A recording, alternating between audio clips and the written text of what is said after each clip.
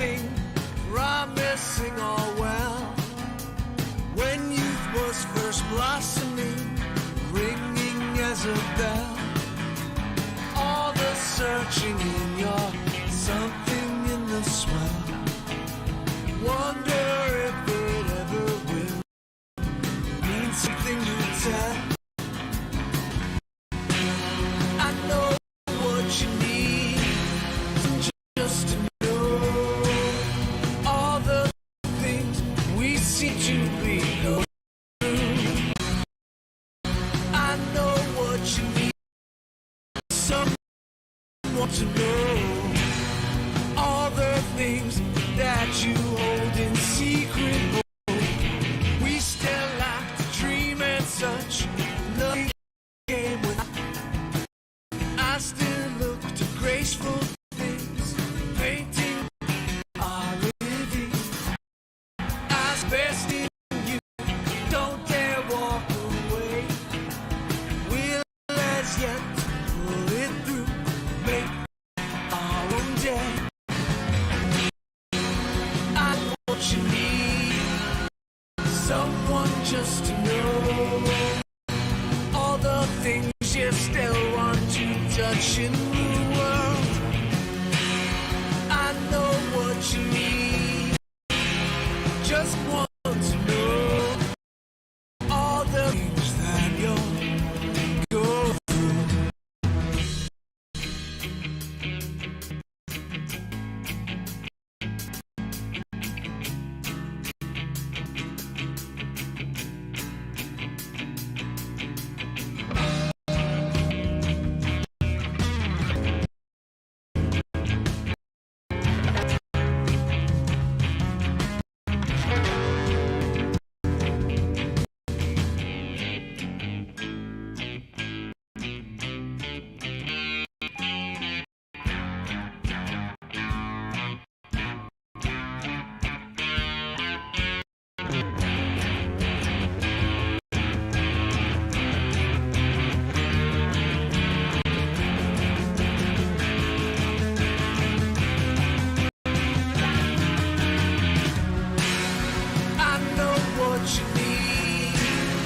Someone just to know all the things you still want to touch in the world.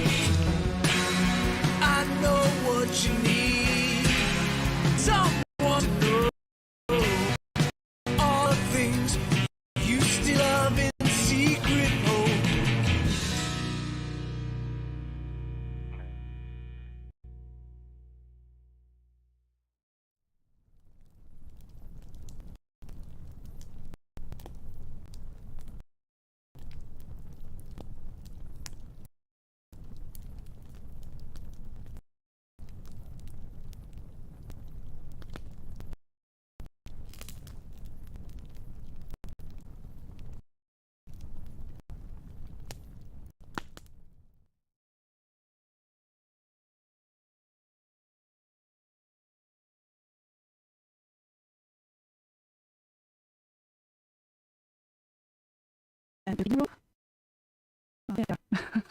I'm sorry, my CPU isn't working with me tonight, so hopefully that wasn't too much of a buffering episode. But yeah, welcome to the show. Hopefully you will check out Jared George, who is the Great Order, and support his work. I definitely like that tune when they released it. I think it was last week. So we will give you links to where to find him, and please go and support him.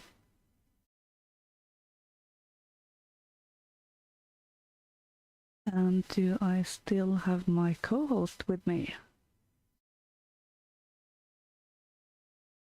Yeah, I think so, but she isn't getting through, so we might have to restart the call or something.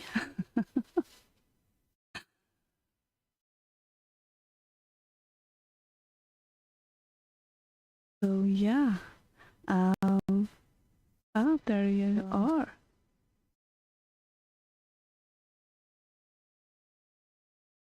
Or not. Yeah, as we have had questions, we are having our second Subday of Advent. We have applied for affiliate position with D-Live, but that is still in the process. Yes. But Please do support Jared George there yeah, with a very catchy tune. yeah, definitely.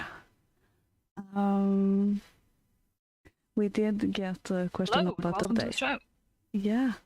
That was actually a typo from me last week. I managed to say type Subday instead of Sunday, so we sort of just ran with it.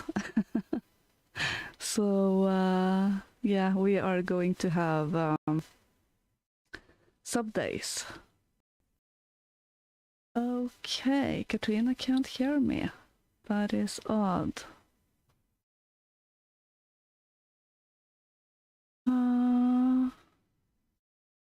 Just please excuse me for a minute.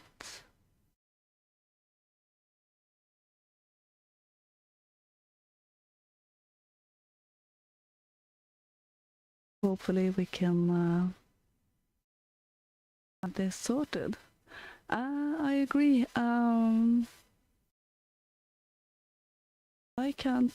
I don't have any on my following list who are streaming right now, so maybe there's some glitch or something. That tends to happen a few times.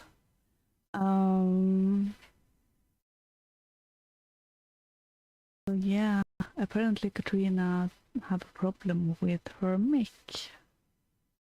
with the microphone.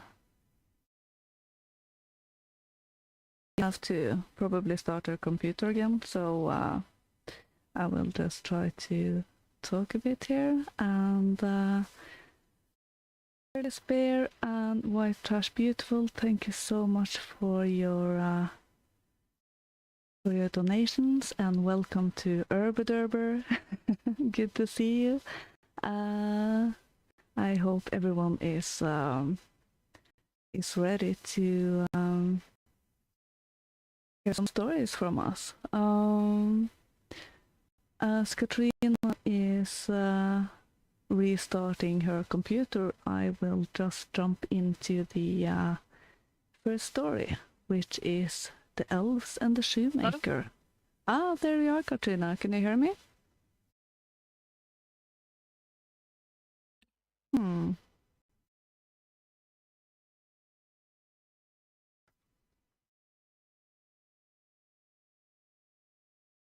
Seriously?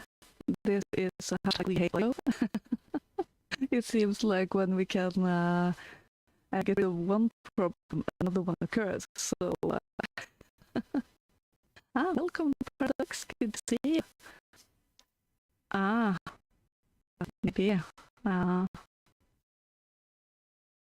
Steve Swellington.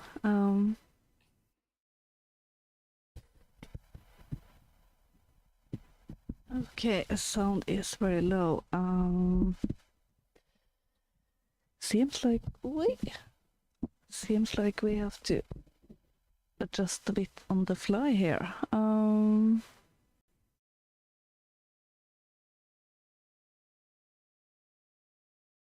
Okay. How about now? I'm a bit worried about trying to skip. So okay, Stephen, now can you hear us now? Or me? I have to say. Yeah, okay, good. That was better. Then I will have those adjustments standing. Okay, but since Katrina have her audio issues, then I will just jump into the first story, which is The Elves and the Shoemaker. So, I'm not sure what I can do about the audio being jumpy, not on the fly.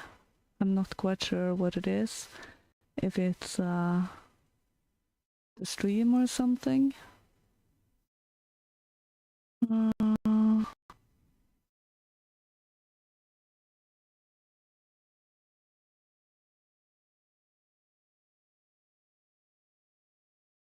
Okay.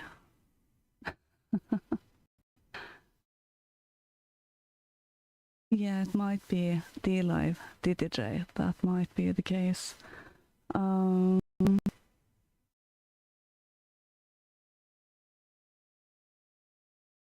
Yeah, I will start the aforementioned. I'm sorry. Okay, I'm back. Had a slight light connection issue. Yeah, your audio is very bad. Oh yeah.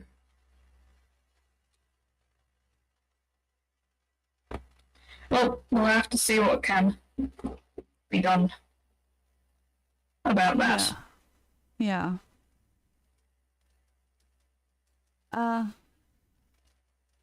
Yeah. So I will should have just. the first story probably. Yeah. Coming right up, people. Yep.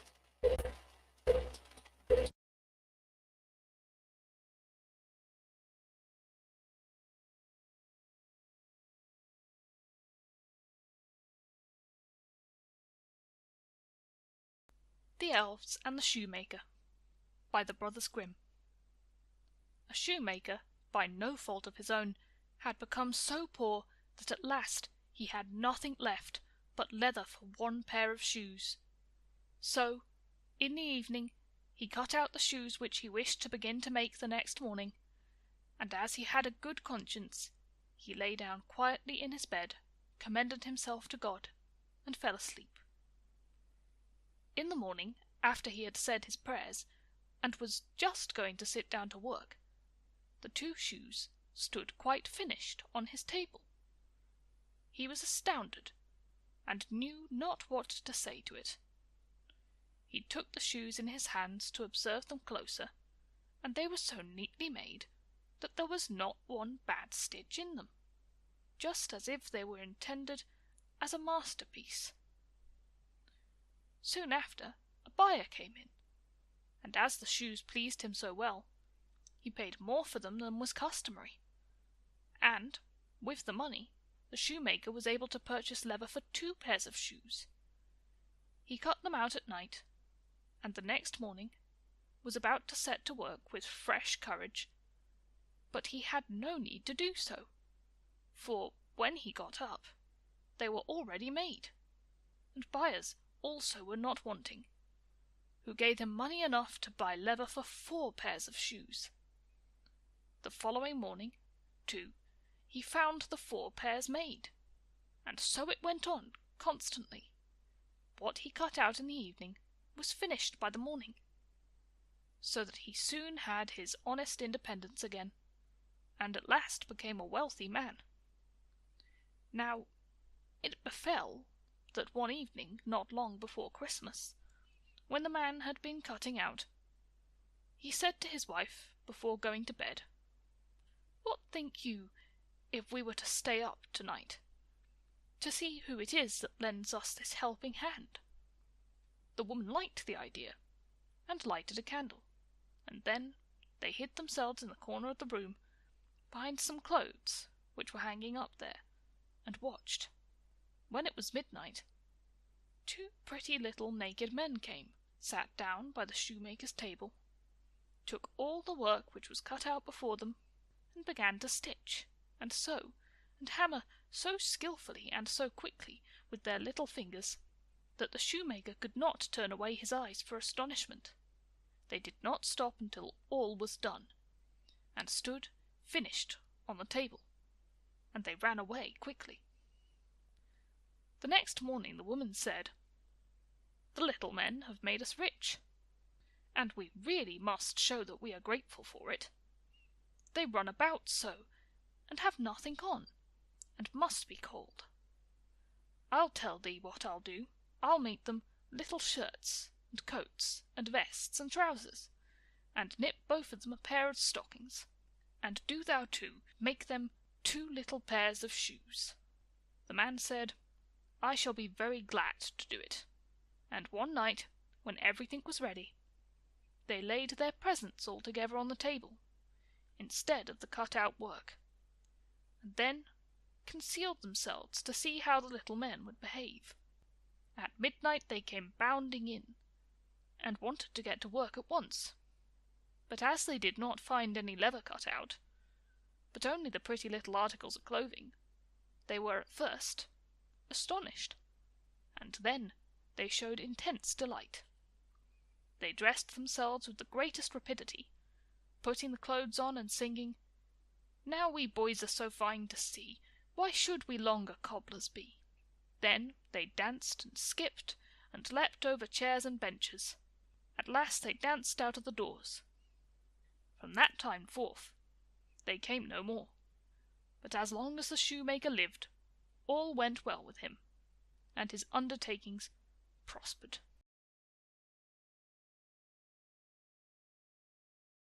Okay, so that was the first story of the evening.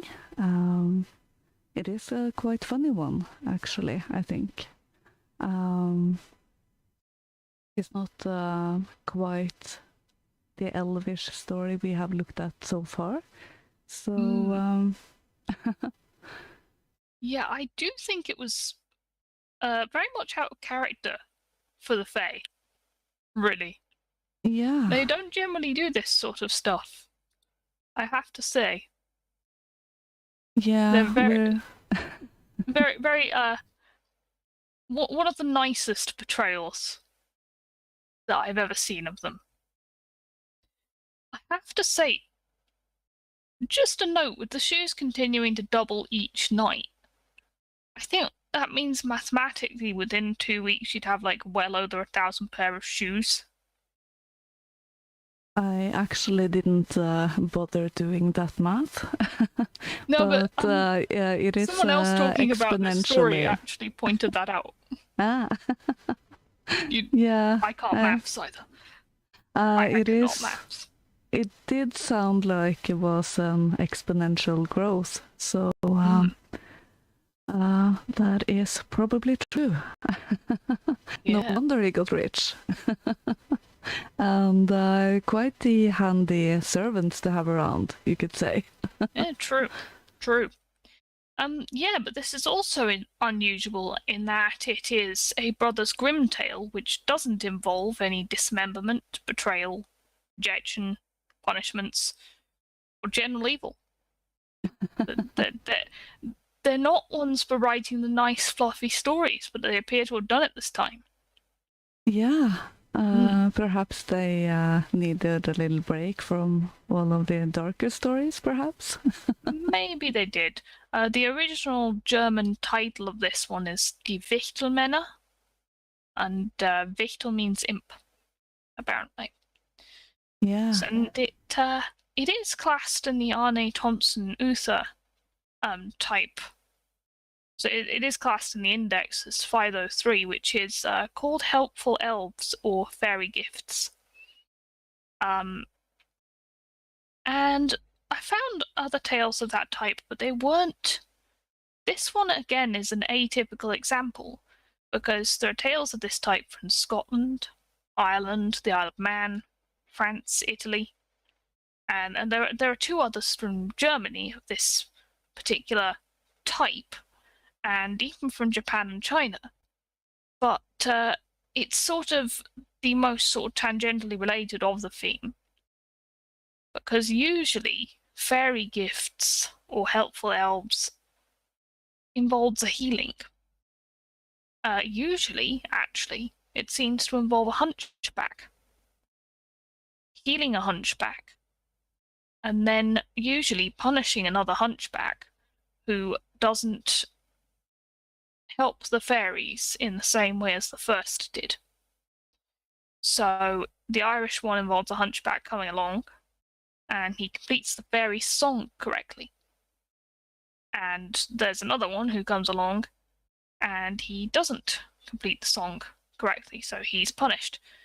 And in the Isle of Man, they have a hunchback who helps them with a password, which is just the days of the week up to Saturday, and says, he helps admit people to their fairy gathering with the password. But the second hunchback thinks he's being clever by adding "and Sunday" to the end of their weekday password. And usually what seems to happen in these tales is one person is helped, but the other person is given the burden of the other person. The second unhelpful hunchback will get a second hump. The one that they removed from the first person with a problem, the hunchback, who was helpful to them. And the two others from Germany, they were a bit longer, but they seemed to involve much the same thing. One good person rewarded and one bad person punished for doing something. So I guess they've slotted this tale in there because it does involve helpful elves. But it's not necessarily the most typical example of the trope. Yeah. Yeah. I hadn't known about that being such a common thing as well. Neither did I. We do have a similar saying in Norway and generally in Scandinavia that pertains to the Nisse, which is sort of a similar creature. It is a helpful spirit, and some think it might be some ancestral spirit that helps around on the farm and everything. You could also have them in the cities, so it wasn't just out in the countryside. But they helped around the farm, in particular with taking care of the animals. They were especially fond of horses and like to braid their hair and their tails. And you really wanted to keep in their good shoes, or on their good side, because if you didn't, they would cause a lot of mischief. And one of the more important things you had to do was to give them porridge on Christmas Eve. Yes. With butter. It had to be butter in it, or else it wouldn't do. Yep. Bottleless porridge. Can't give that to the Nisse. No, that's just rude. What do you think you're trying to do?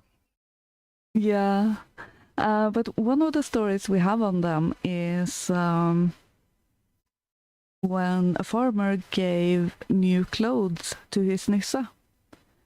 And the Nisse was really, really happy with them and took them on and felt that he looked so nice. And then he was too good to be working on the farm. So the story, moral of that story is more that don't give the Nisse new clothes because he won't help you anymore. It's a bit more of a flip of the story and the moral of the story. That's true. I mean, our cobbler's workers do go away when given new clothes. I feel, though, like this was probably the right decision of the wife to give them new clothes and set them free, because definitely, if the sheer logical fact of exponentially increasing shoes was eventually going to become a problem, wasn't it? Yeah, and they had already gotten rich, so they didn't need that exponential growth anymore. And thank you, Tim, for hosting us, White Rabbit Radio. Indeed, yes. Thank you very much. We always appreciate it. I do wonder why the elves decided to help them. Was it? I don't know either. And I was thinking about that, and perhaps it was because the cobbler, he'd accepted his situation as being dire, and then it said he lay down and commended himself to God. So he kind of put an appeal out there for some help. And I feel like that may have been heard. Yeah, that is definitely true, but I don't really connect that with getting helps from the elves. No, I wouldn't connect that either, and that's why it really is quite an odd sort of little story. Because, I think it seems to be sort of a moral lesson, not necessarily in keeping with how the Fae or the elves usually do act. About, being a kind-hearted person who's been helped by the universe to sort of get back on track. And then, obviously, when they're rich and they have resources, they then decide to make those clothes and pay back the beings that have enabled them to get to that place. And I suppose you've got an overall message about helping those less fortunate than yourself, even when you're maybe only just getting back on your feet, not in the best place. And that being the overarching sort of message that's there, because it's not in keeping with how the fairies act, and so I feel like it's not quite about them. You know what I mean? Mm-hmm. I do also think one of the themes in the story is to keep our feet on the ground even if you meet success and get rich. That's true. Because he doesn't get... Yeah, when they find out it is the elves that are helping them, they are already back on their feet. They are rich. So, they could just have, continue to let them work or something, but instead they reward them for the service they had done and the help they had given. So I do think that is quite a big thing in this story. Yes, that's very true. They reward those who've got them to where they are, and they don't ever put on airs and graces because they're rich. Mm-hmm. Which, I think generally very old Indo-European message there. I mean, it's frequently said about the dangers of being arrogant and, thinking because you had success in certain things that you're entitled to act in a certain way. And of course, being generous, again, is always promoted, definitely. Yeah, I do think that was an important aspect of the old moral values generally across Europe, not getting taken in by the materialistic side of life and not seeking riches and, just material gain. What they wanted to succeed with was mastering that task they were doing, if that was war or philosophy or whatever. They wanted to master it, mentally and physically. But the materialistic rewards for it, that was way lower on importance. I really think that one of the reasons for that is you have a society where survival depends much more on talent and on goodwill, because there are no safety nets. There's a lot of like harsh sort of stuff going on at that time. There's, throughout most of history, there's still wars and stuff like that. So you get an environment where being good and being generous to each other is really just how people survive, I think, in the absence of any sort of state providing these things. Yeah, but I do think they, in many cases, had a balance with that, in that they weren't pushovers. They were kind and generous, and hospitality was very important, but you didn't want to mess with them necessarily, because you might get punished for that. So No, not really. There's a limit to generosity, definitely. Yeah. Yeah.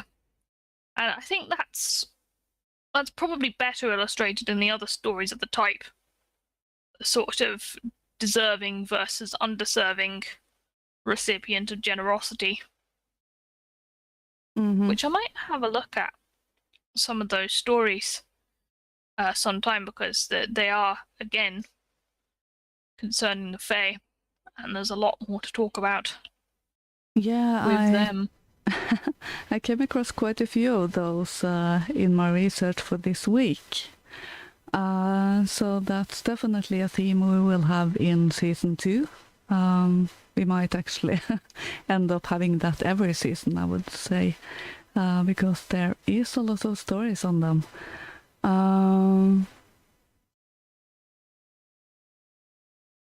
So, There is yeah. Yeah. DDJ says the elves can't be taken seriously until they have a proper football team. I'm not sure I would play football with elves. I would be too scared of the ball. They're gonna find some ways to bend the rules. Yeah. They're gonna find some ways to confuse you. You shouldn't play football with fairies. You shouldn't play any game with the good people. No. Absolutely not. They would definitely put a spell on the ball. Oh yeah. So I think not. Yeah. One thing I forgot to mention about the Nissa is that apparently his bite was poisonous. Huh. Which How poisonous? is in order to get healed from a Nissa bite, you had to have magical help, actually. So that was an interesting little tidbit I found. So, something to watch out for. In Scandinavia, watch out for them Nissas. Yeah.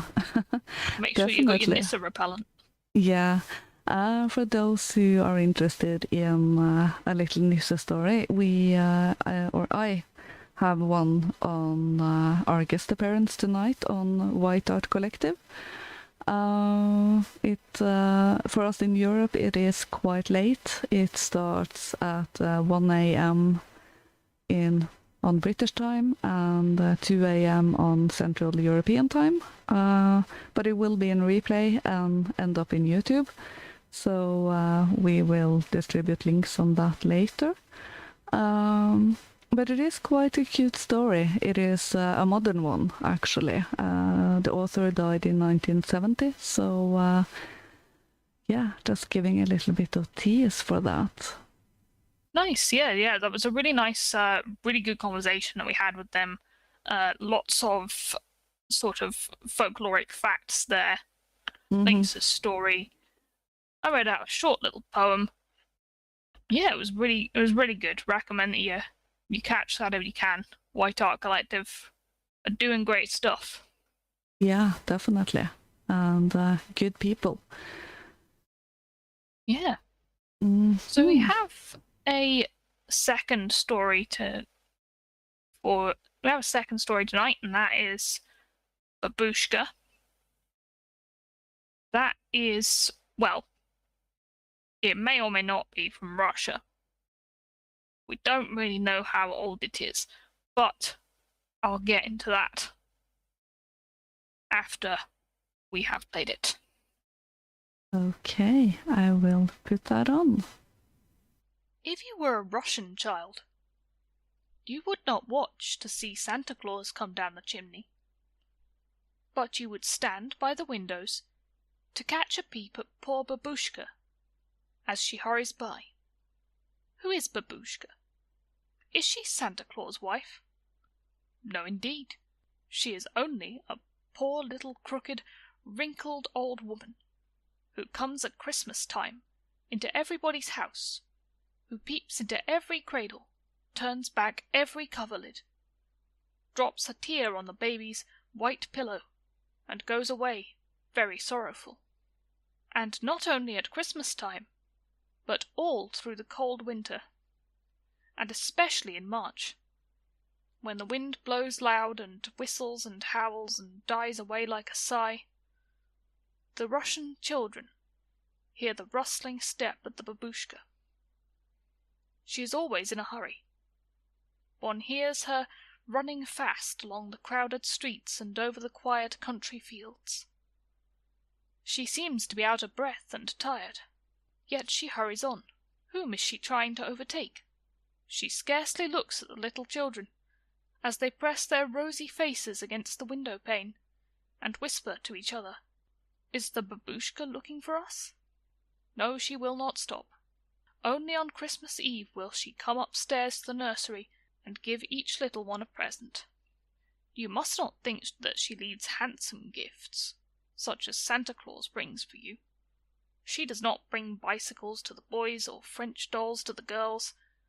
She does not come in a gay little sleigh, drawn by reindeer, but hobbling along on foot, and she leans on a crutch. She has her old apron filled with candy and cheap toys, and the children all love her dearly. They watch to see her come, and when one hears rustling, he cries, "Lo, the babushka!" Then all the others look, but one must turn one's head very quickly, or she vanishes. I never saw her myself. Best of all, she loves little babies, and often when the tired mothers sleep, she bends over their cradles, puts her brown, wrinkled face close down to the pillow, and looks very sharply. What is she looking for? Ah, that you can't guess, unless you know her sad story. Long, long ago, a great many yesterdays ago, the babushka, who was even then an old woman, was busy sweeping her little hut. She lived in the coldest corner of cold Russia, and she lived alone, in a lonely place where 4 wide roads meet. These roads were at this time white with snow, for it was winter time, in the summer, when the fields were full of flowers and the air full of sunshine and singing birds. Babushka's home did not seem so quiet. But in the winter, with only the snowflakes and the shy snow birds and the loud wind for company, the little old woman felt very cheerless. But she was a busy old woman, and as it was already twilight, and her home but half swept, she felt in a great hurry to finish her work before bedtime. You must know, the babushka was poor, and could not afford to do her work by candlelight. Presently, down the widest and lonesomest of the white roads, there appeared a long train of people coming. They were walking slowly, and seemed to be asking each other questions as to which way they should take, As the procession came nearer and finally stopped outside the little hut, Babushka was frightened at the splendor. There were 3 kings, with crowns on their heads, and the jewels on the kings' breastplates sparkled like sunlight. Their heavy fur cloaks were white with falling snowflakes, and the queer, humpy camels on which they rode looked as white as milk in the snowstorm.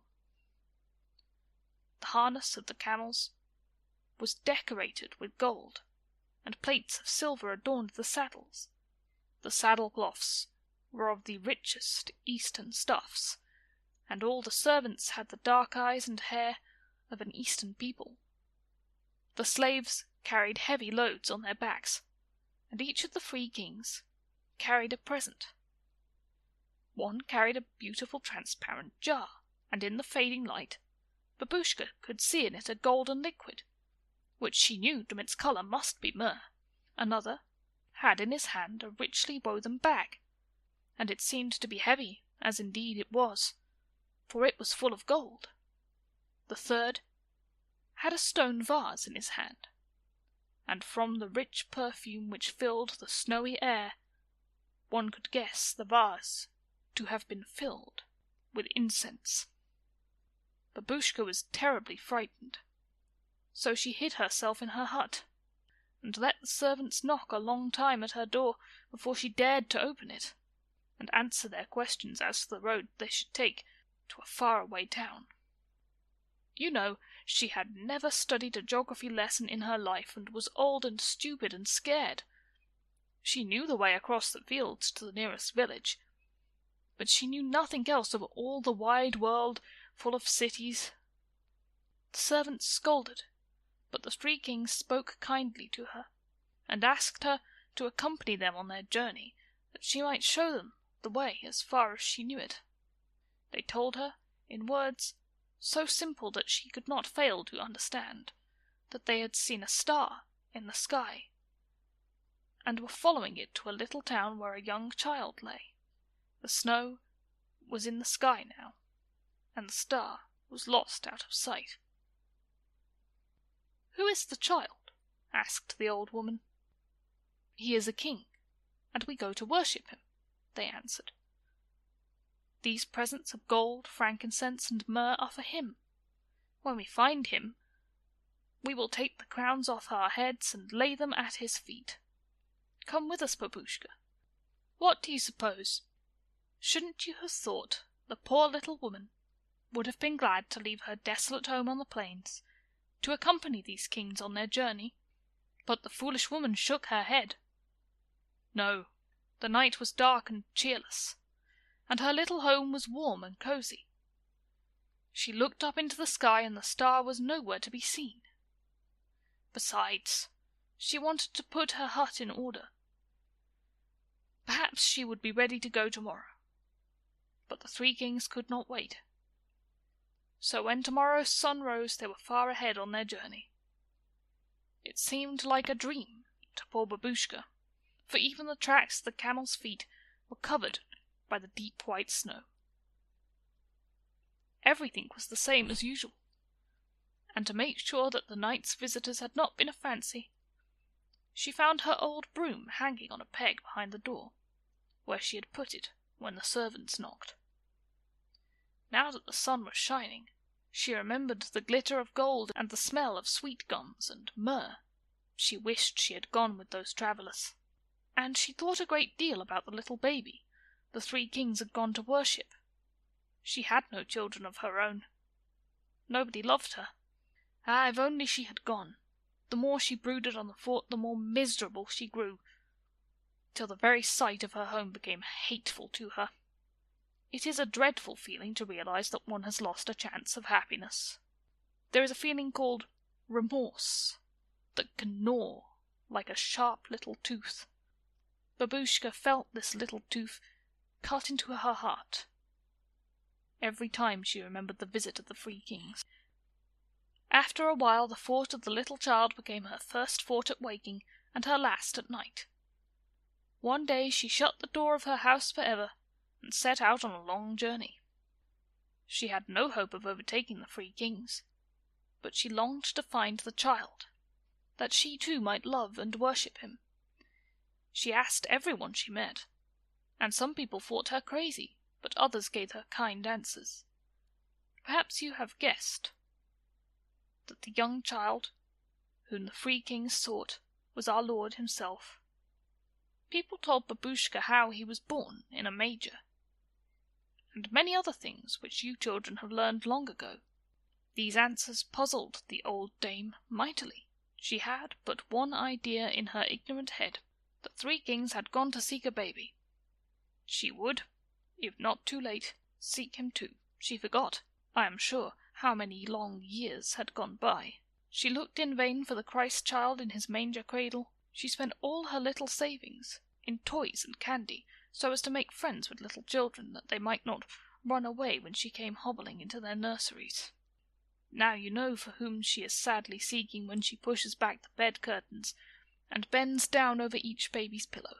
Sometimes when the old grandmother sits nodding by the fire, and the bigger children sleep in their beds, old Babushka comes hobbling into the room, and whispers softly, "Is the young child here?"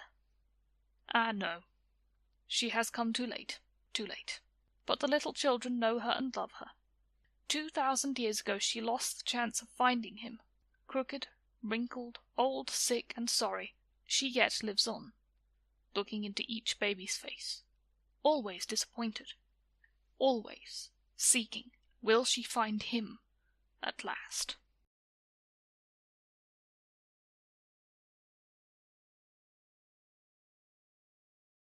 Okay, so that was our second story of the evening, and it is rather a nice one, I would say. Yes, I really think it is. I mean, it's a little bit sad Yeah, because poor Babushka, she did miss a chance, and I think that is a part of the lesson that I will get to. yeah. But yeah. I'm just going to step away for 2 minutes because since cats were mentioned in the chat, Oh. my cat wants to come in from the rain, Aw. so I'll be right Go back. let in the cat. Poor cat. Yeah. But yeah, Babushka. Usually Russian word for granny. So you're talking about Babushka in Russian. You're not just talking about this particular character. You can be talking about anyone's nan. And the word itself is sort of a diminutive of the word baba, which is an ancient Russian word denoting a married woman. And, babushkas have a bit of a reputation, I think, like everyone's gran, as sort of being very good at cooking, always love to take care of their children. They have a Russian summer home called a dacha, where they spend the whole, little shed, cabin, summer home. Also a thing in East Germany, actually, where they spend the whole summer growing vegetables and making compots. Russian for jam, I believe. And, they're generally quite cozy sort of figures. And, oh, yeah, of course. I hope your cat is well and in from the cold. Yes. Yeah, she is. She always wants to either go in or out when I'm streaming, so That's cats for you. yeah. Human, are you doing a thing? I don't care. Yeah, let me out. Oh, you're doing something? I want your attention now, and I will have Let me it. sit on your computer. Yeah. Oh dear. Yeah, but babushkas are known to be feeders. You go to a Russian babushka's house, you will get fed. Stuff you to bursting point. And they're generally seen as knowing best by the Russians. They have a saying, even your grandma wouldn't know whether it'll rain or snow, meaning an outcome or result is uncertain or unpredictable. And they also lend their name to the triangular scarf that they wear tied under their chin. Yeah. So we have sort of someone who really should have been a babushka here. But she technically isn't one, because as it says, she has no children, nobody around who loves her, and she's very isolated, very lonely in her little cabin until the sort of day that this big procession comes and is very shocking to her in her little hut.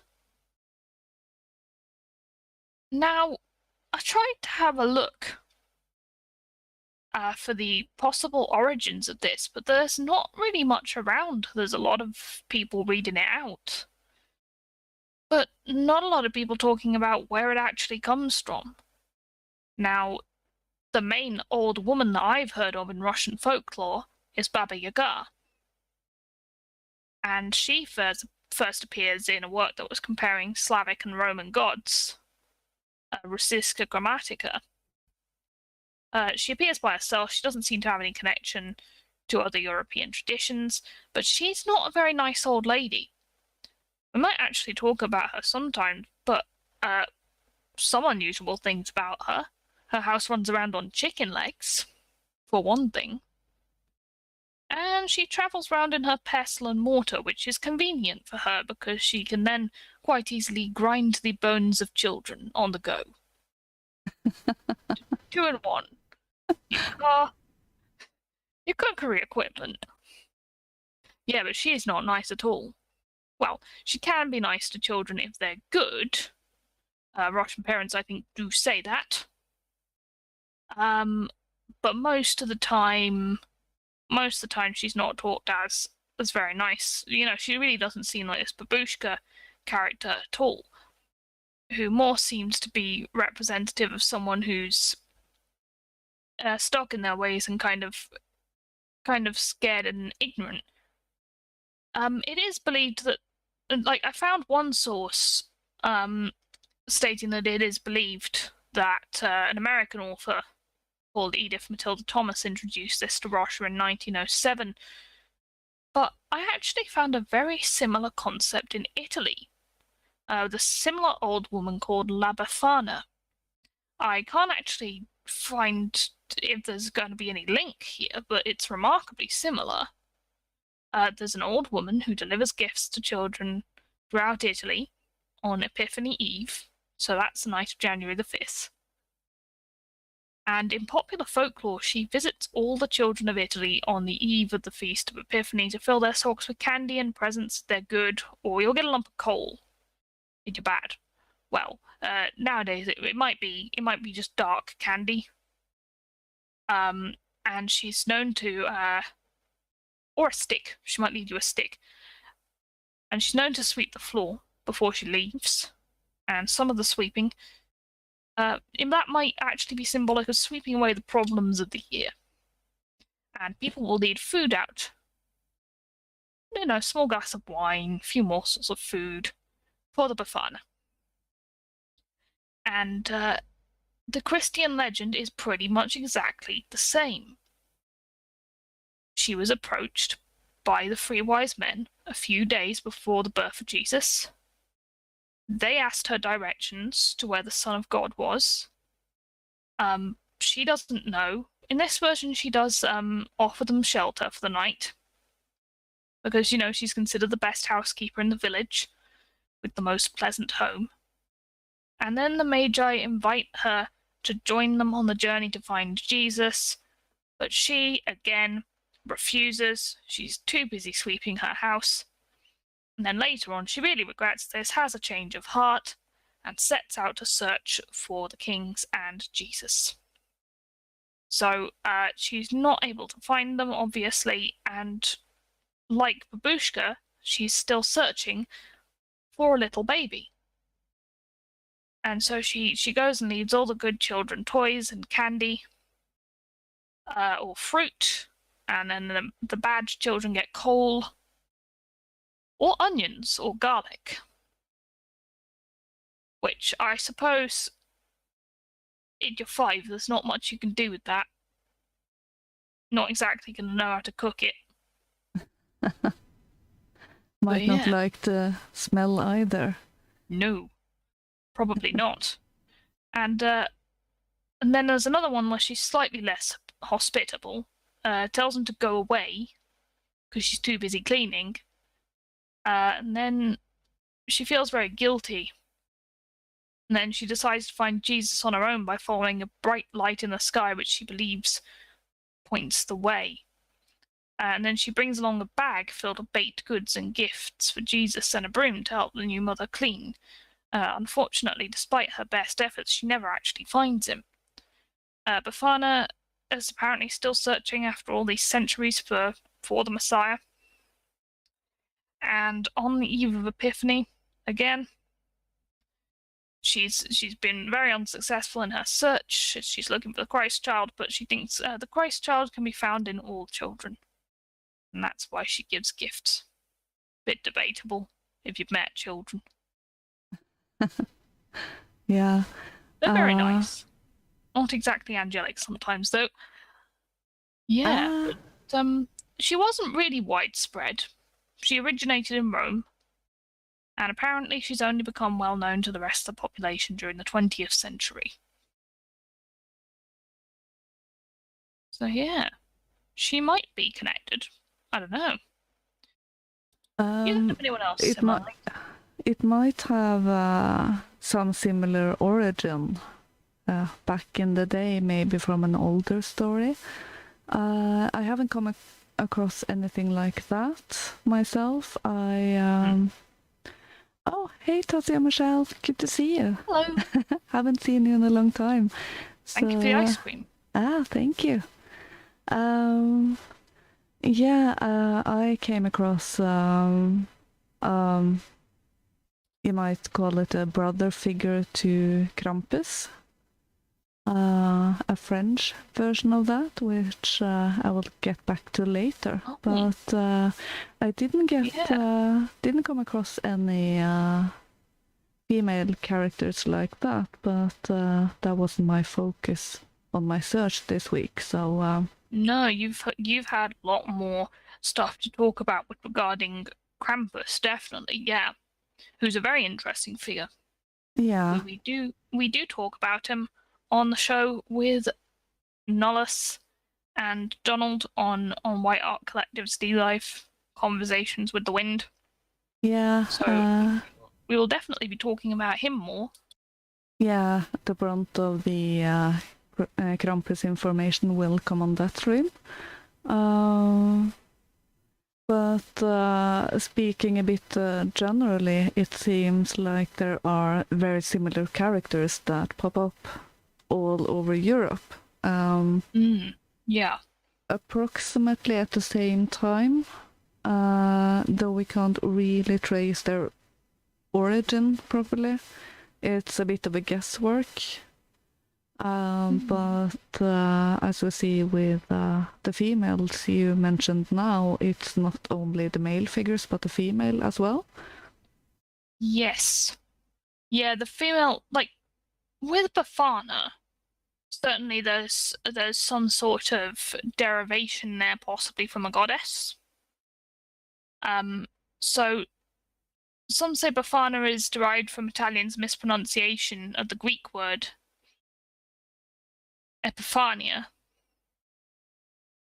I don't know if I'm pronouncing that at all correctly, but they've mispronounced the Greek word for epiphany. Is one possible origin, but others, claim that she is really associated with a pre-Christian goddess called Strina. So I don't know whether Babushka maybe has any similar sort of origins, if she's the remnant of some sort of pre-Christian goddess and New Year festivals. She might be. But also, the one thing I was thinking about really is, does it matter much if Babushka is ancient or not?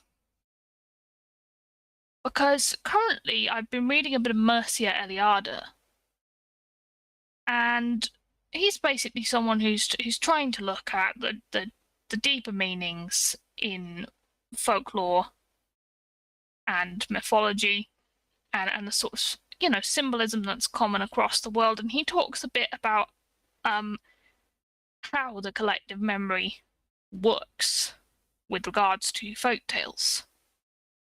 And he's really sort of the opinion that it isn't really the historical accurateness of a tale or the ancientness that counts. It's more sort of the value that you get from it. Because he talks about a dude in Romania who's, perfectly ordinary yet tragic death by falling off a cliff on the eve of his wedding.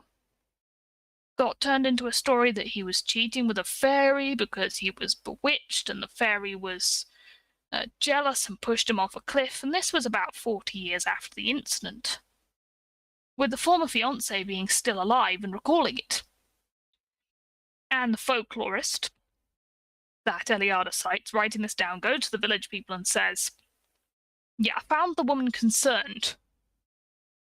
A, this didn't happen a very long time ago like you said it did. And B, she says there was no fairy, he just fell off a cliff. And they were like, even they were like, oh yeah, her great grief caused her to block out the fairy. And, you might look at that and go, what are these people on? Why did they do that? And Eliada sort of argues that it wasn't just stupid making things up. It was a representation of tragedy and fate that was concocted to explain something tragic with a bit more transcendent value than the actual mundane story. Or at least more interesting. And there's a lot more to probably learn, he argues, in this story that cropped up, which is an exploration of love and fate, than in the actual situation which gave rise to the story. But you have higher themes in that. And so, therefore, it got me thinking that maybe there's a chance that Babushka was a lonely old woman who just lived near to someone, and somebody made up a story that sort of tried to convey a moral lesson. And I think that is to seize chances to do things while you can. And particularly, you see something exceptional and someone exceptional, and you have the chance to know them and to experience that, do it. And it's better to leave familiar territory and seek enlightenment. And, also there's determination there. Like, Babushka missed her first chance to see the Christ child, but she's still looking. She's still going around. She's not going to give up. And, eventually she may actually come across, well, not the Christ child, but, she may come across what she's looking for. It is implied, and she's certainly doing good in the world just by being there and searching for that enlightenment of meeting the Christ child in this case, I would think. Yeah, it's not good to say if if it's an ancient story or something that is more recent and based on a real person. But I need a bit of time to think about it, to formulate my thoughts and everything, because I both agree and disagree with the person you mentioned. Yeah, I think I kind of agreed and disagreed with him as well. Yeah. For a start, it's possibly... I didn't agree that it was particularly positive for them to make up a story about a woman who lives down the flipping road. No, but that mirrors, Yeah. the human mind and what they, the rumor mills. These days they complain about that being on the internet, but it has always existed. It's not anything new, so I think that is a basic human trait. It got me thinking about memes. That's what it got me thinking about. And a meme can do real good or real bad for someone. Like, and they are sort of the folk tales of our time almost, because they're stuff that represents things to us. I mean, it's far from transcendent often, but Hide the Pain Harold, regardless of the truth of his actual existence, is now the face of grinning it and bearing it. Grinning and bearing it, something we'd all had to do. Mm-hmm. And yeah, it really did remind me of memes, actually. Yeah, it took my mind a bit to how when they talked about the underlying morals that is the importance of the story. It actually had me thinking that of the importance of keeping our old stories alive. Because there is a lot of wisdom to find in them. And something to keep alive for future generations. Yeah, I think sometimes there is some wisdom that comes with ages. Maybe I've misquoted Eliada a bit there. I don't think he doesn't think that age matters. It was more sort of an illustration of how the collective memory for folk tales works, and I think what he was actually trying to focus on is the fact that we remember archetypes. And archetypes tend to be more valuable to us than the actual historical fact of what happened. Yeah. And so a useful archetype can be created quite soon after the event which inspired it has occurred, and it can last for a very long time because it speaks to things that are very universally human, or sometimes at least universal for Europeans. Yeah. It's an interesting one, though.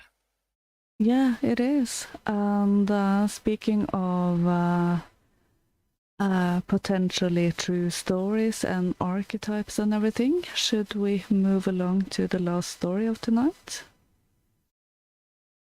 Yeah, I think we should. Yeah. That's a bit of a scary one, isn't it? Yeah, so it's not for the faint heart or the smallest children, so listeners' discretion advised, highly advised. This is a story that is actually Canadian, but it has French roots, and I will get into those later on.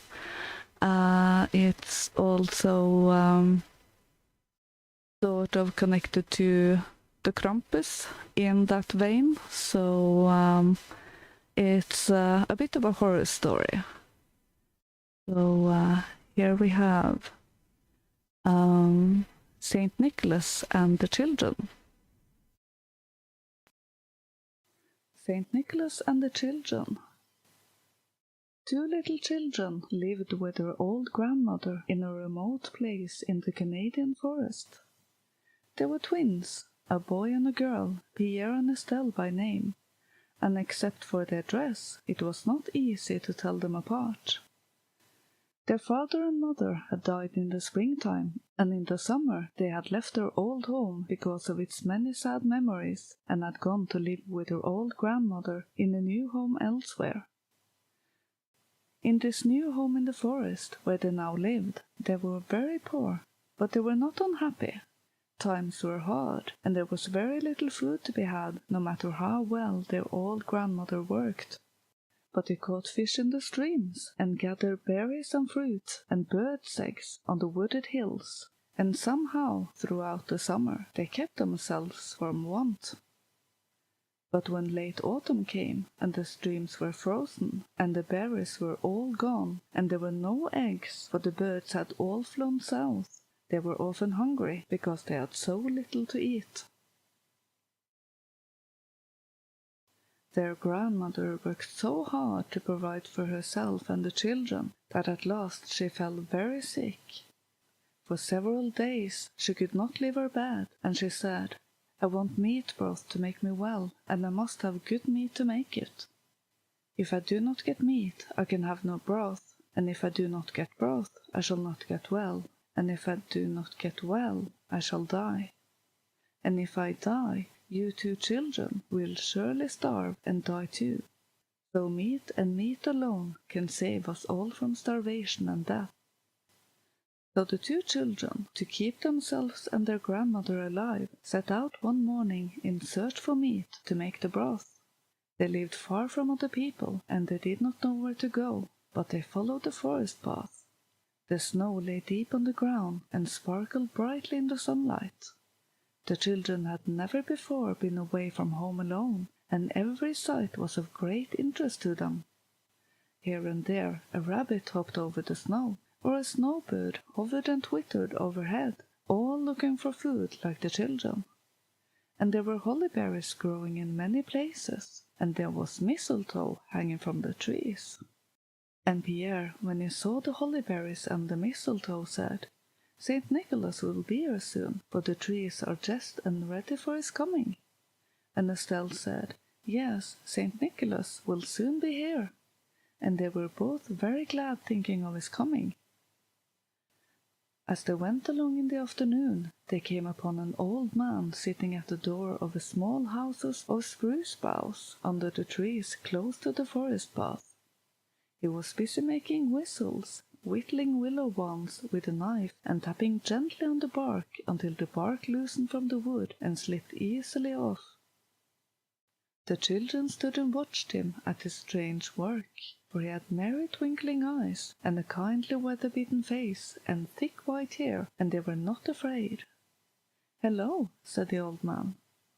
"Hello," said Pierre. "Why are you making willow whistles?" "I am making them for St. Nicholas," said the old man. "He is coming soon for his yearly visit. Indeed, he is already in the land. When he makes his rounds, he always gives whistles, among other things, to good children, and I must have a great store of them ready for him when he comes, for there are many children to supply." Then he went on whittling busily with his knife. The children watched him for a long time in silence, and they thought what a fine thing it must be to work like the old man for St. Nicholas in his little house of boughs under the forest trees. Then the old man said, "You are very small children. What are you seeking so far away from people?"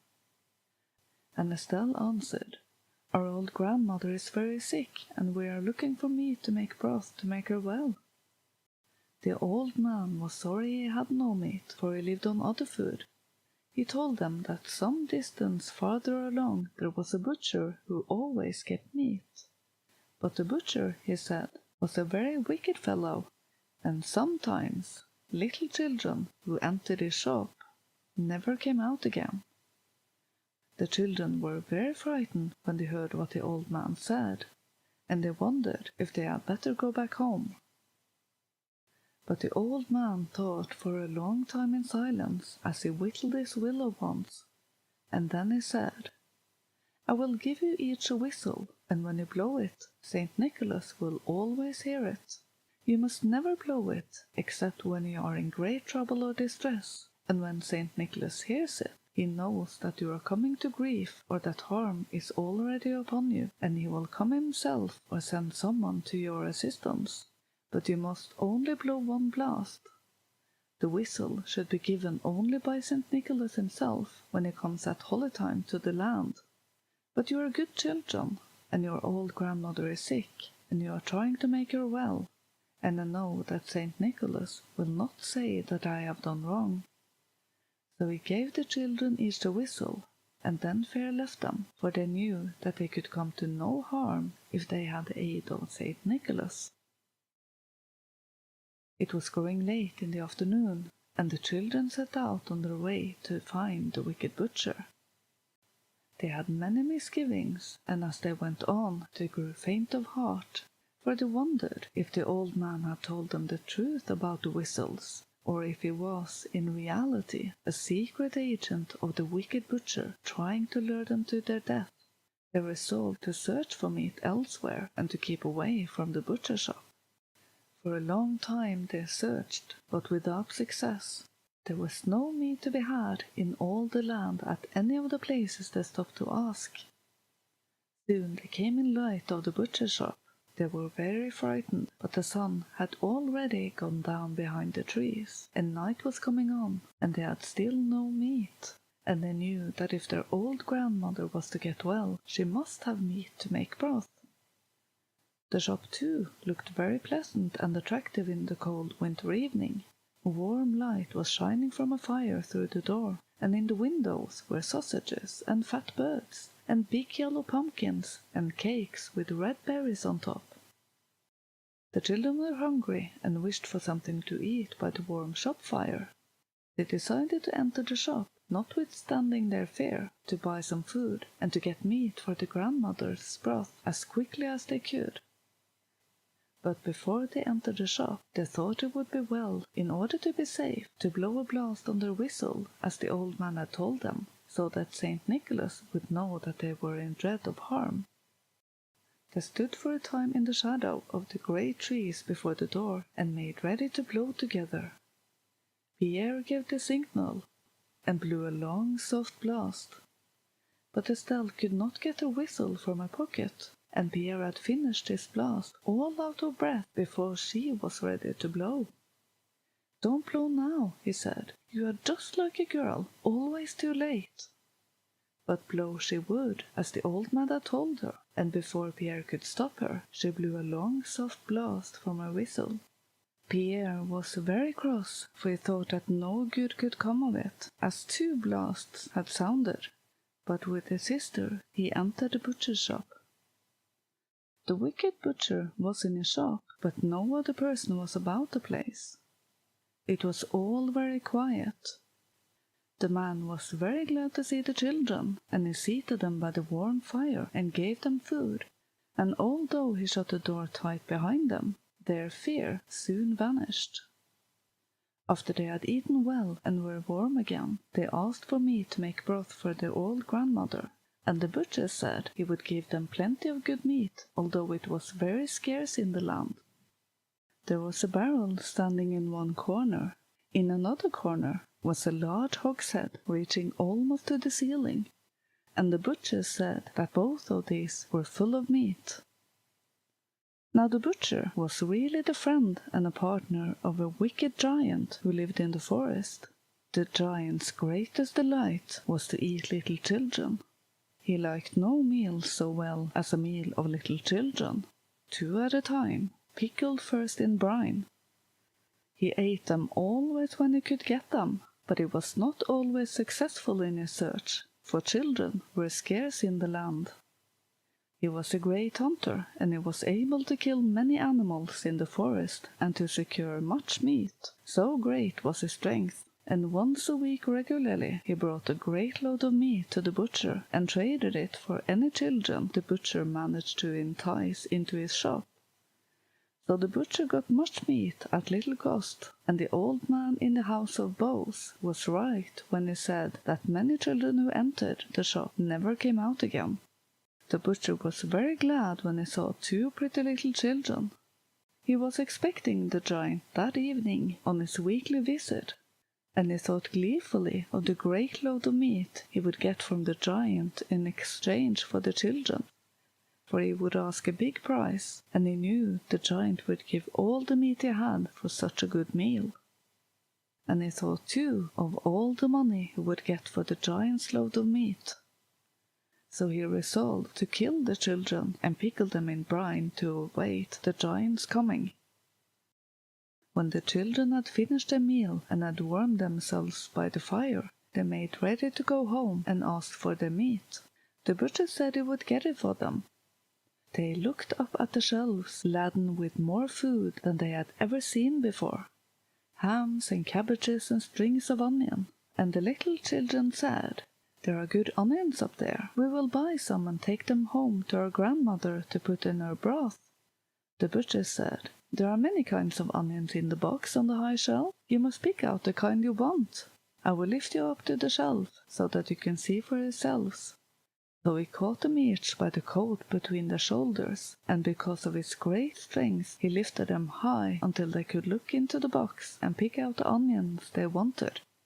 As he took them down, he thrust them straight out from his body at arm's length and held them there, and they laughed because of his great strength. Then he brought them together with terrible force, so that their heads struck one against the other, and they were stunned with a cruel blow.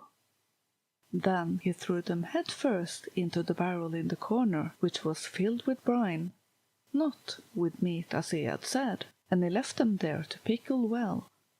He was greatly pleased to see the fine load of meat he would get in exchange from the giant, who he knew would appear before many minutes had passed. Soon the giant arrived. He carried on his back a great load of meat, and he also drew a sled heavy laden with many dressed carcasses of animals he had killed. "What share for me tonight, and what fortune?" he said to the butcher as he entered the warm shop with his load.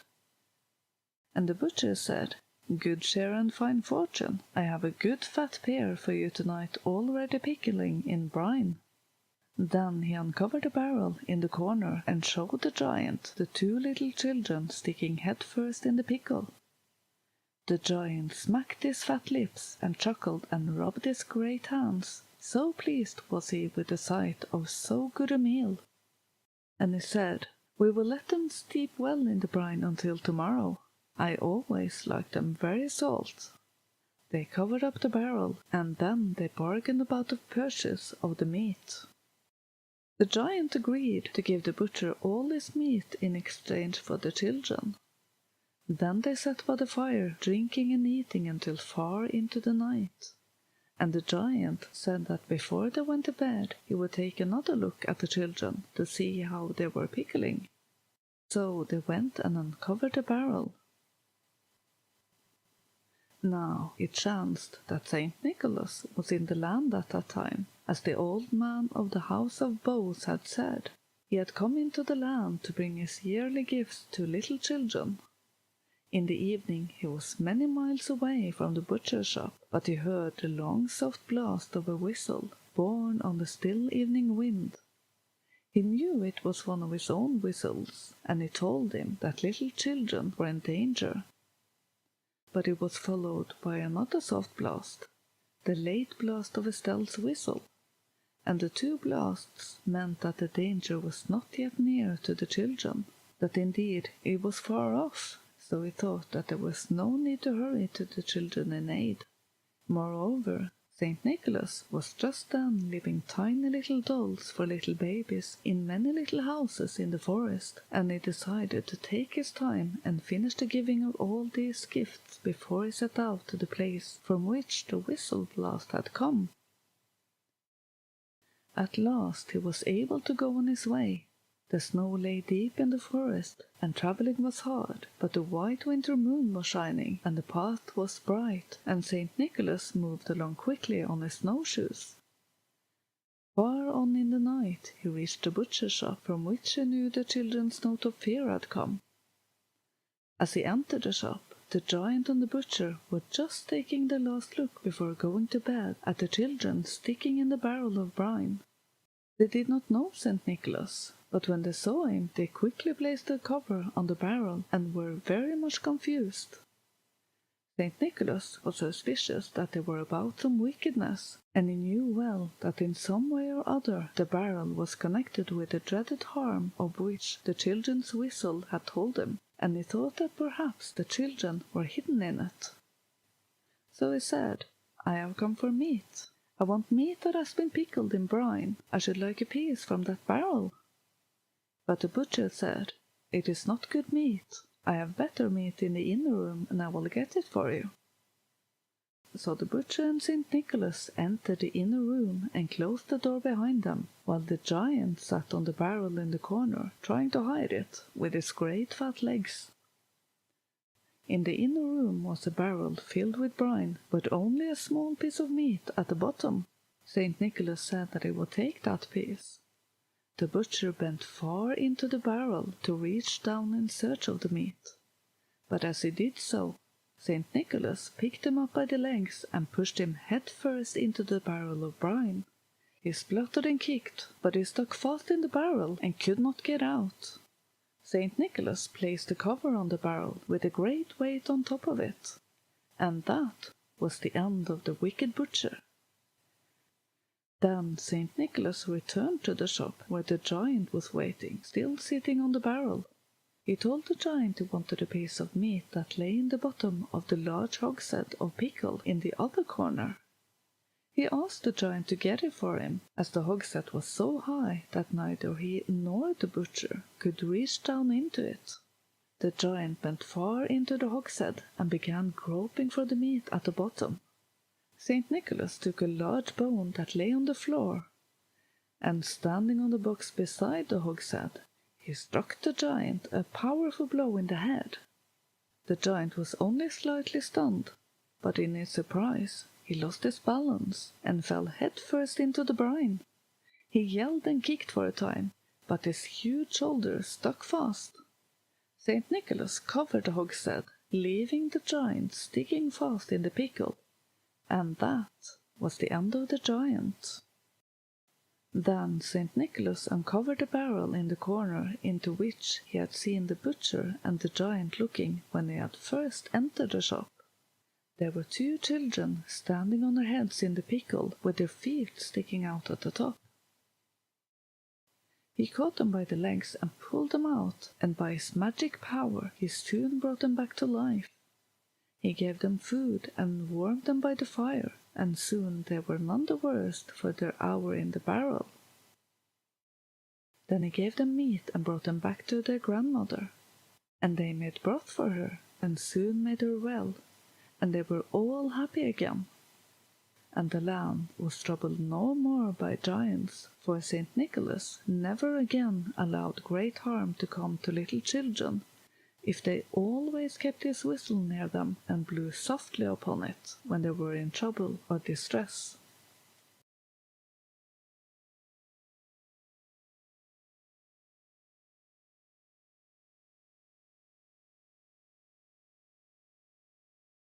Okay.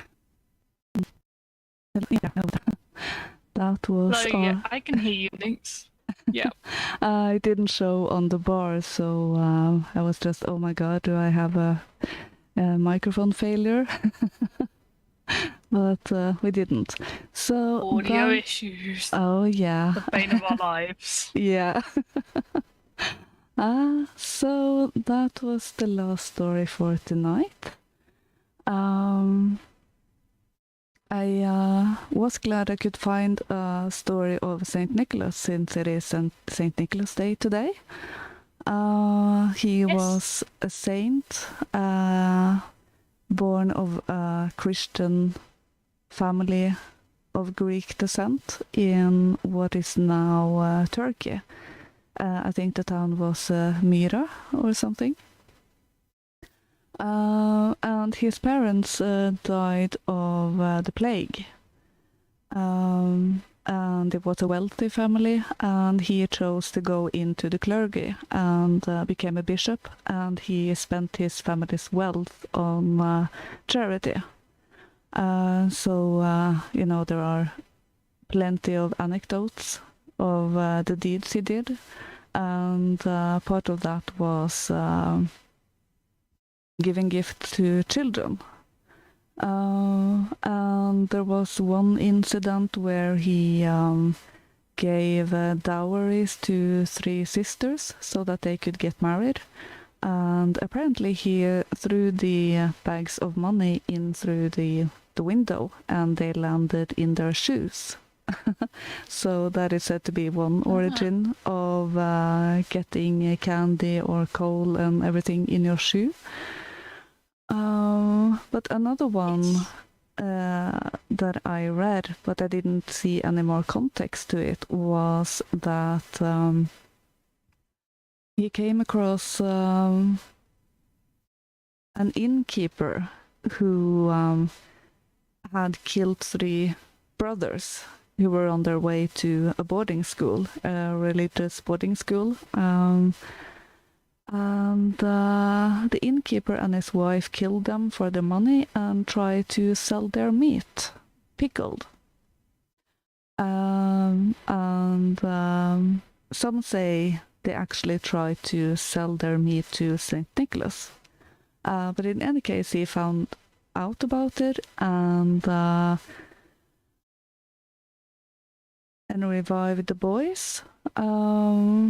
So there are some magical powers going on there. And also the butcher, yeah, and the butcher were punished by being Saint Nicholas' sidekick to punish the bad children. So that's how he is sort of a very similar figure to Krampus. That is very prevalent in other areas. This butcher, I don't remember the name of him. He is a French figure, also in the French-speaking parts of Belgium and Netherlands and those areas. So it seems to be another theme going around. Seems to be like a good Christmas person, Saint Nicholas, or La Befana or Babushka or whoever brings the presents. In some places it's the Christ child, and a bad Christmas sort of demon. Yeah, more people like pickling children than you would think, it seems. I don't know what it is about pickling them.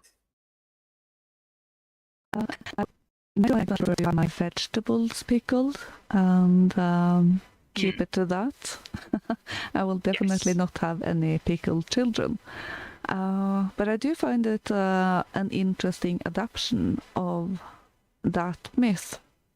As I said, this is a Canadian story, so they have, adapted it to being deep into the woods. And with the monsters they have in the woods, with the giants. So that was definitely interesting. Oh, thank you, Basalt, for the diamond. Yeah. Thank you for consistent, wholesome, comfy content. You are most welcome. We are glad people are enjoying this. So, thank you very much indeed. Yeah. And this story also seems to have a bit of a feel of Hansel and Gretel in it. They're sort of sent out. Yeah, the 2 by children, and it's by a boy someone and who a girl. can't quite provide, yeah. Mm-hmm. And I also find that old man interesting. I don't get the feeling that he was a man, an ordinary man. No, I don't think so. He's one of these slightly magical story old men. Yeah, and they can be a bit hard to pin down in many ways. He is certainly wise. I would think he has some magic as he is whittling whistles in December. Because that is usually an activity for spring, because of the sap in the wood. The bark will more easily slip off, and this can be very hard at other times during the year. As far as I can remember from my own childhood and making whistles. See, yes. I Yeah. wouldn't have actually thought about that, the difficulty of whittling wood in winter versus spring. But that is something I shall note. Woodwork in winter is harder. Yeah, we did that every spring when I was a kid, so we always had very much fun with that. That sounds really nice. Yeah, it really was. So when it's a fond childhood memory, then it's easier to think of these things.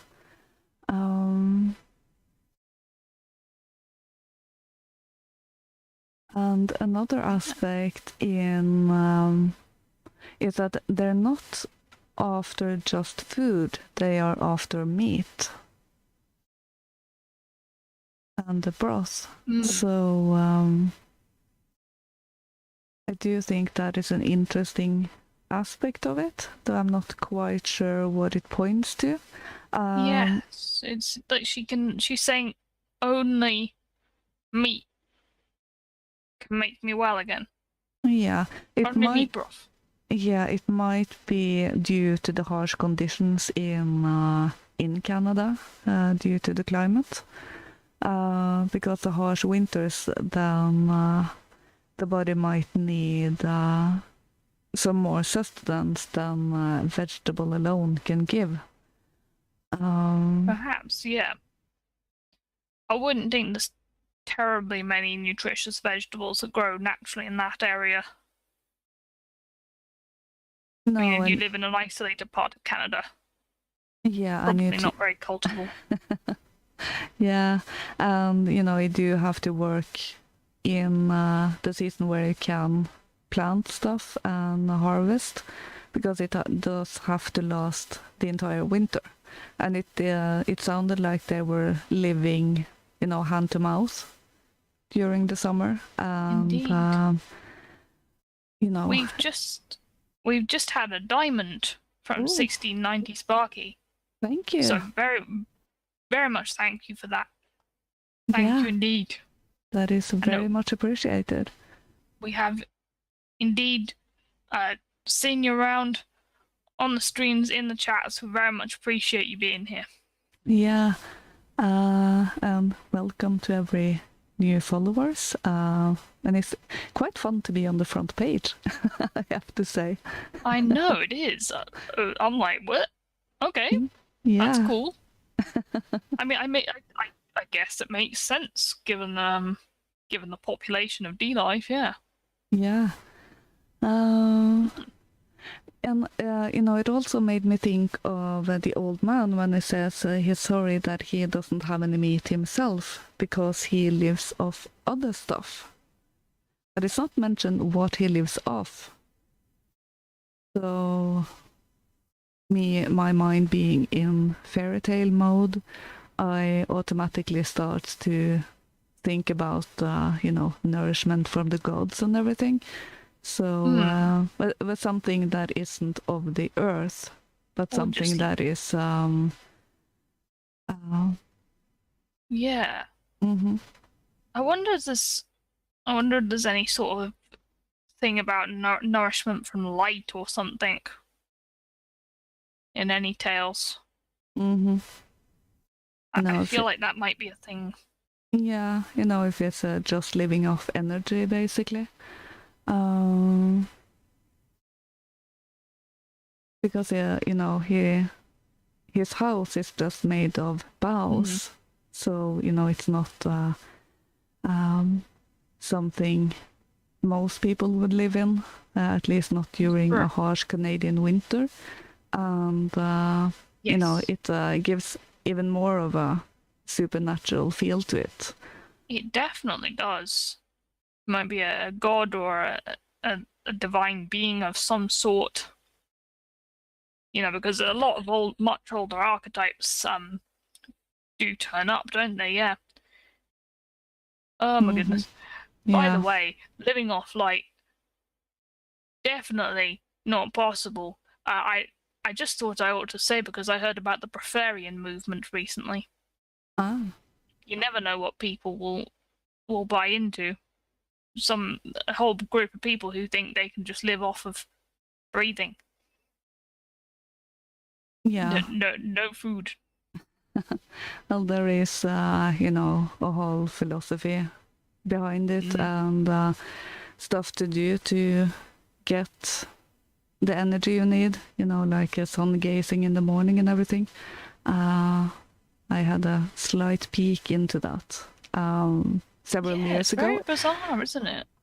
Yeah, I never tried it. Probably good. Probably Yeah, best. yeah. I did hear of an experiment with some guy who claimed he hadn't eaten for 20 years or something, that he was only living off energy, and apparently in the laboratory he was in several weeks he actually didn't eat and they couldn't explain it. So but That is weird. yeah, I don't have any confirmation of that on that or anything, but I did find it just interesting. I mean, there is notions of Hindu sort of exercises that you can absorb energy through deep breathing, and that you can use long hair to store what's called extra prana. Mm-hmm. It's something that has been spoken of. I definitely think it wouldn't be attainable for most people, though, No. if it is possible to do so. If it's possible, I think it would be for the very, very few. And you know, that butcher, he is sort of the quintessential villain in many cases, it seems. And I do wonder how long he had been doing that and why he was allowed to continue. Yeah, it's sort of like, I guess maybe meat seems very scarce around there, and so he's the one who has meat, and it seems like he's very rich and influential.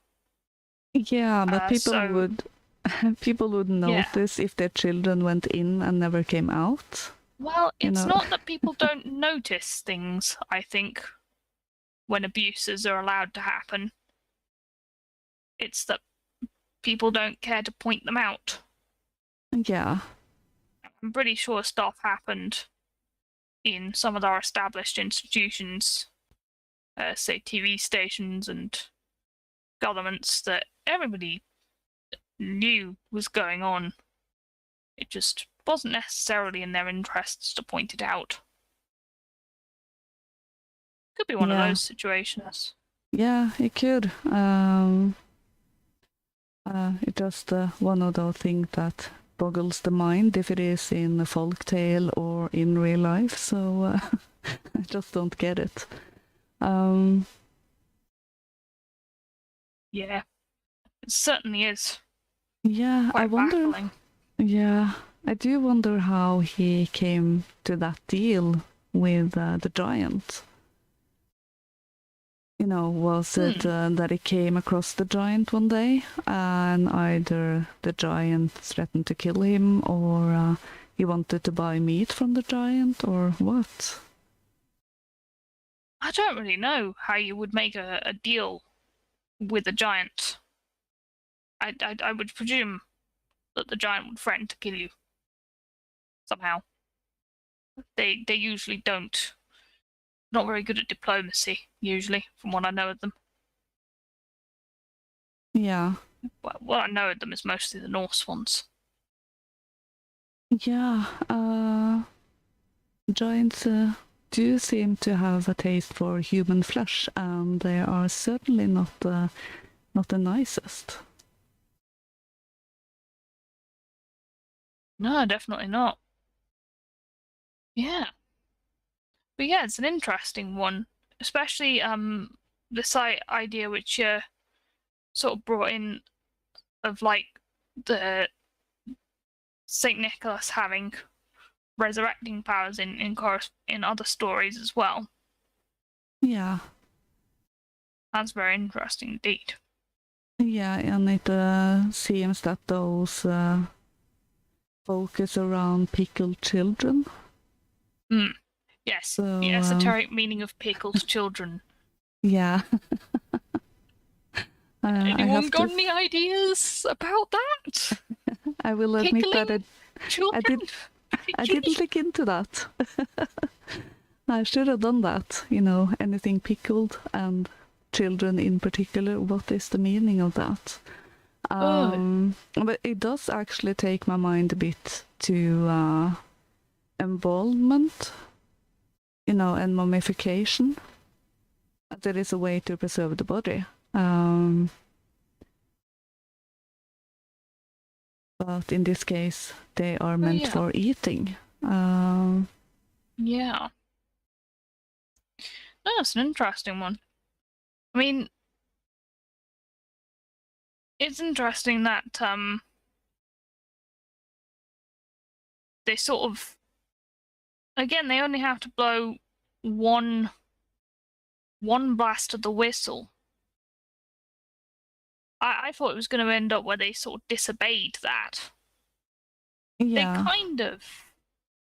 I mean, they didn't both blow it at once.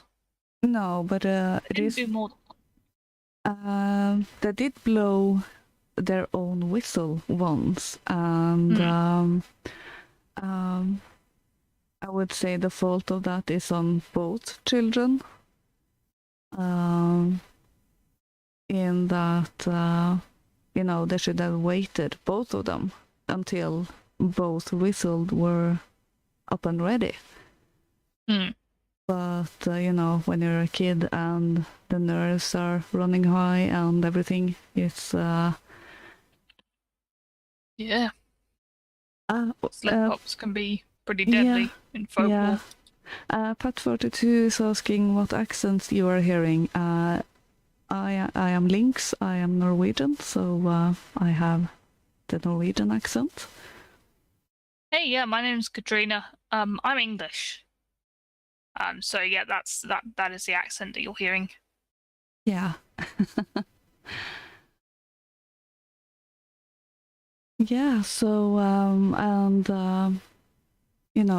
the sound of the whistle that is carried on the wind, and probably only Saint Nicholas could hear it, and perhaps the children that blew the whistle. So that is definitely interesting. Yes, indeed. Yeah, and even if he doesn't have reindeers and a sled and everything, he does seem to be very fast on his snowshoes. Yeah. So he still have that magical ability to move very fast. Yeah. Just want to say hi to everybody in chat. I noticed White Trash Beautiful has donated some lemons and ice cream. Yeah, thank you. Hello to Blobber Bob. Great name. Really like that. Welcome and good to see you. Yeah, welcome to everyone. It's really exciting to be getting all of these new people. I can see we've got 73 people watching on D-Live. Yeah, that's not bad. Yeah, we've got around 41 new followers since last Sunday, so that's encouraging. Yes, it is indeed. We should probably add some lemons to chest. Yeah, could be time to do the chest. Okay. I've been going with adding 100 lemons to the chest. Yeah. So let's do that again. Yeah.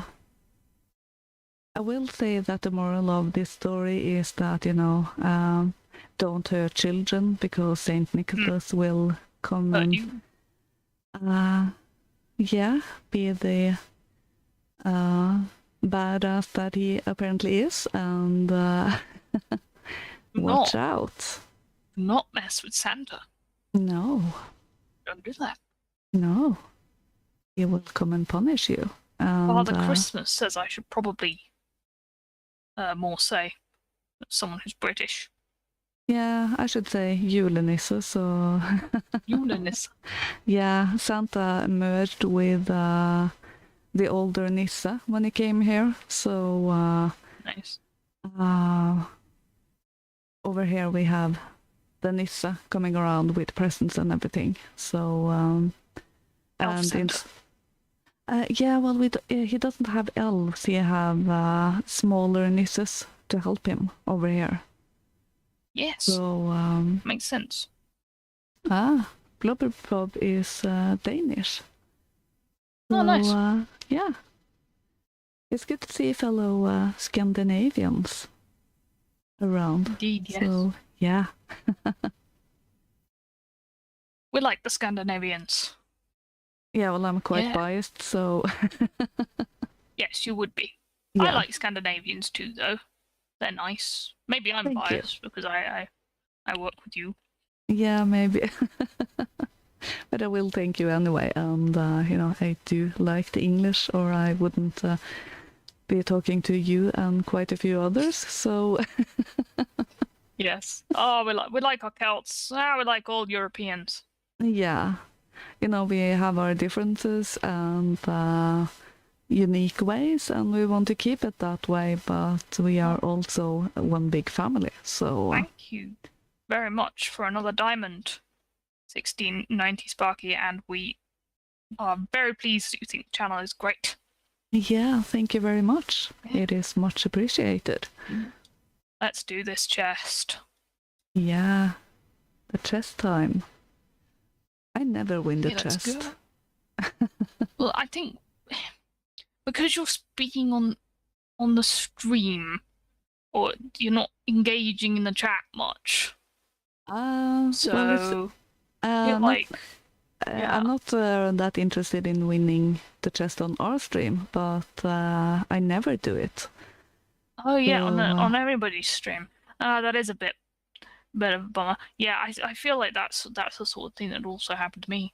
I don't Yeah. have enough time to engage with people's streams. Anyways, chest. Yeah.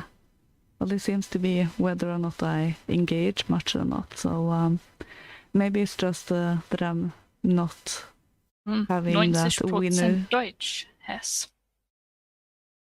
What? Someone just said they're 90% German, Ah, so I said it in German. okay.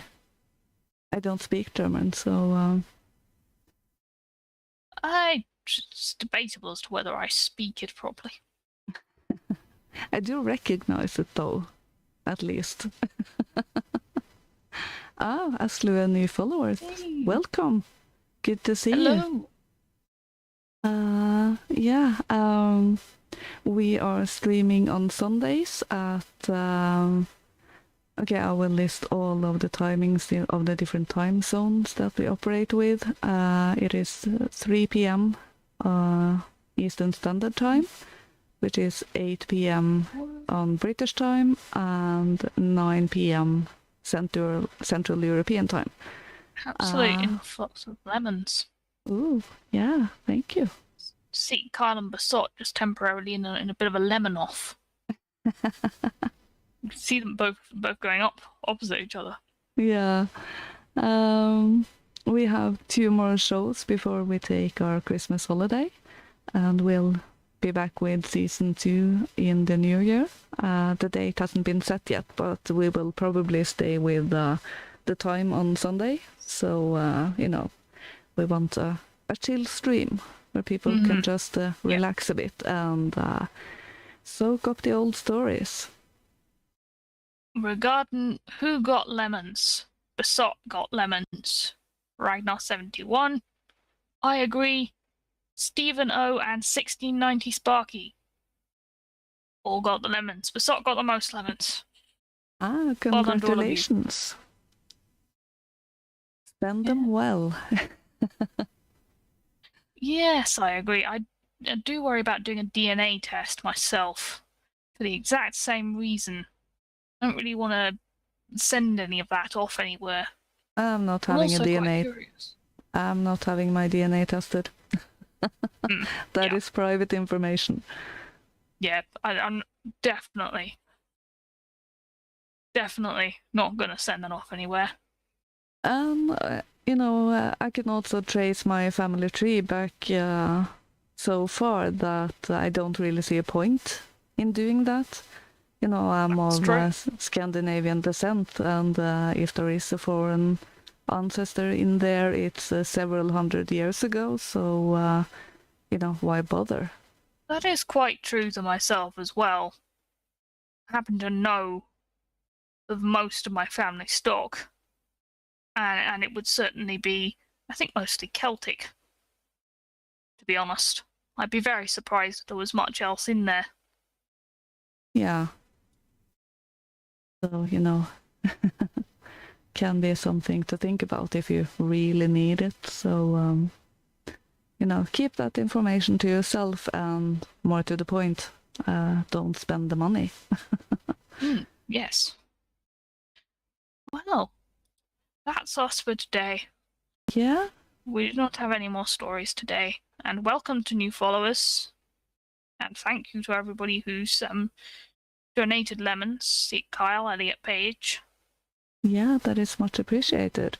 I do have one more story later tonight, as we were having a conversation with Nullus and Donald Kent of White Art Collective. And then that will air on White Art Collective's D-Live channel at in a couple of hours. No, 3 hours. Yes, 3 hours. I think it might be. Yeah, 3 hours.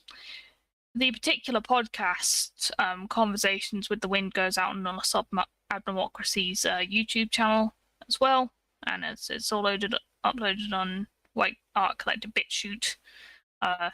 Like I think we already said at the beginning of the stream. But yeah, I definitely have a watch of that podcast, because I've watched a few other episodes, and certainly I liked their one on nationalism as well. Nationalism and poetry, and on outlaw heroes. So they're very good stuff. I would generally check them out. Yeah, I'm going to have a closer look tomorrow and explore them a bit. And the guys are really good guys, and we had a very good conversation. So I might be in the chat at least at the beginning of the show. So maybe I will see you around. Yeah, Link stays up much later than me. I'm a bit nocturnal. I like to go to sleep. I'm either a very morning person or a nocturnal person, and lately I've been more of the nocturnal mood. So, but it's starting to go back a bit again now. So I'm not sure if I'm going to be awake at 2 a.m. So we'll see. But, yes, it fluctuates. Yeah. We hope you will check that out, and we will give out the link shortly. So yes, yeah, we hope you enjoyed our excuse me. Hopefully you enjoyed our second Advent stream. Yes. The second Subday of Advent. Yeah, because I typed too fast, so I put the title to Subday last Sunday, so it's a thing now. Yeah, we decided to run with it, so we're going to have 4 Subdays of Advent. Because we get subs. Apparently so. Yeah, it helps. I mean, it works. Is it manifestation? Is that what they call it? Maybe. It might. Let's file it under manifestation. So yeah, we will be back next Sunday at the same time. Yes.